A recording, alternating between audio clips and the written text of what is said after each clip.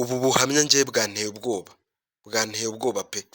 Singiye kubabeshya, ibaze kumva umubyeyi wawe wari uzi yuko yishwe muri Jenoside yakorewe Abatutsi mu 1994, ukajya kumva ahubwo umubyeyi wawe niwe wahekuye mama wawe, ababyeyi b'umubyeyi wawe, papa wawe, uwitwa papa wawe niwe wabishe.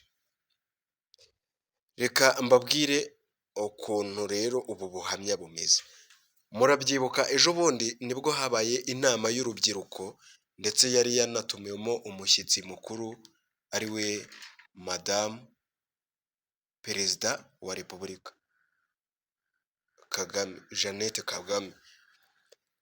Havugiwemo ibintu byinshi bigiye bitandukanye ariko kuri ubu buhamya bwakomeje kugenda buvugisha abantu benshi ndetse bisobanurira yuko rwose turamutse tugiye tuvuga amateka yacu, abayagoreka ntago babona aho bahera, nk'uyu mwana w'umukobwa yagerageje uburyo ki kuvuga amateka yiwe ndetse avuga n'ubuzima yaciyemo bushaririye kubera yuko ntago yafatwaga kimwe n'abandi. Ukuntu ubundi ibintu bimeze, uyu mwana w'umukobwa yavutse kimwe n'abandi, arererwa akiri mutoya, aho atangiye kumenya ubwenge aza kubaza mama we ati "se papa wanjye aba hehe?" nk'abandi bana. Noneho umubyeyi arangije aramubwira ati "mwana wanjye papa wawe yishwe muri Jenoside." Biba aho ngaho arakura atangira no kujya mu ishuri ariko akajya abona ntago yishyurirwa na FARG nk'abandi bana. Ibyo aza kubibaza mama we aramwihorera.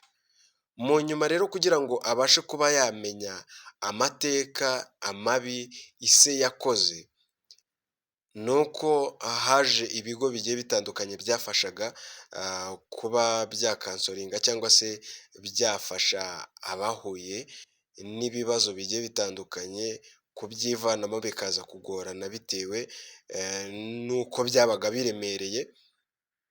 Rero icyo kigo kiza gufatamo na mama we, ajya muri icyo kigo ndetse icyo kigo cyakiraga abafashwe ku ngufu ndetse bakaza gutwariramo n'inda. Ubwo urabyumva yuko nyine bifite n'aho bihurira n'iby'uno mukobwa.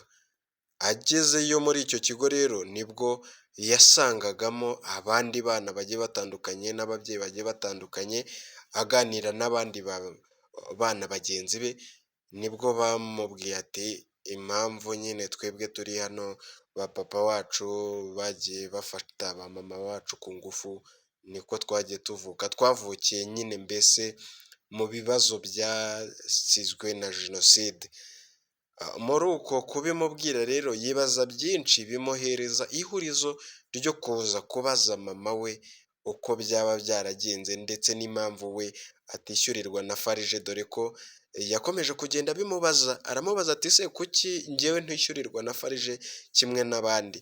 Aramubwira ati "impamvu utayishyurirwa nugera muri segonderi bazayikwishyurira." Ibyo biba aho ngaho. Rero akimara kumenya ayo makuru aragenda arabaza ati "se mama njyewe naba naravutse nk'aba bana nanjye niko byagenze?" Umubyeyi rero aramwitegereza aramureba arangije aramubwira ngo "niko bimeze, niko wavutse nawe papa wawe yafashe ku ngufu muri Jenoside kandi papa wawe niwe wishe umuryango wanjye."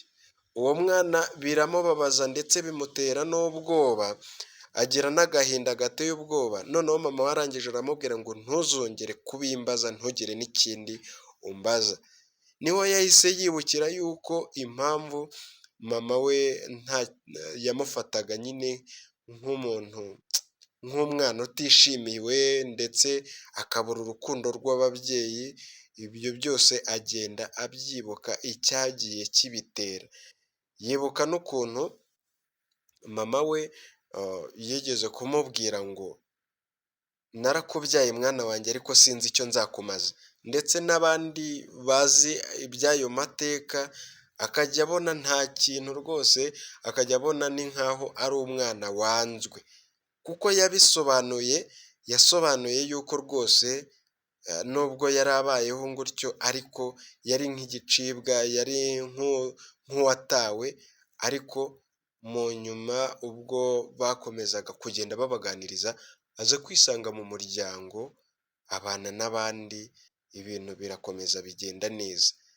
Rero niyo mpamvu ngiye mbwira abantu bagoreka amateka, ni ukuri kw'Imana mwere kuzajya mukinira ku bantu, aba bantu bafite amateka ateye ubwoba, kuko aramutse ari nkawe ukurikije n'amagambo muba mushaka kuvuga, usibye yuko twamaze kubamenya n'ibinyoma byanyu bigiye bitandukanye muba mushaka kubeshyera FPR. FPR iyo tutaza kuyigira u Rwanda ruba rwarabaye umuyonga, haba harabayeho kwihimura mu buryo buteye ubwoba, ndetse tukajya duhora dusubiranamo, ariko ubu ngubu turabanye, iby'amateka byararangiye, ari nabyo bya buri nguni na buri kantu bagiye bavuga. Icyo ugomba kumenya cyo ni uko uri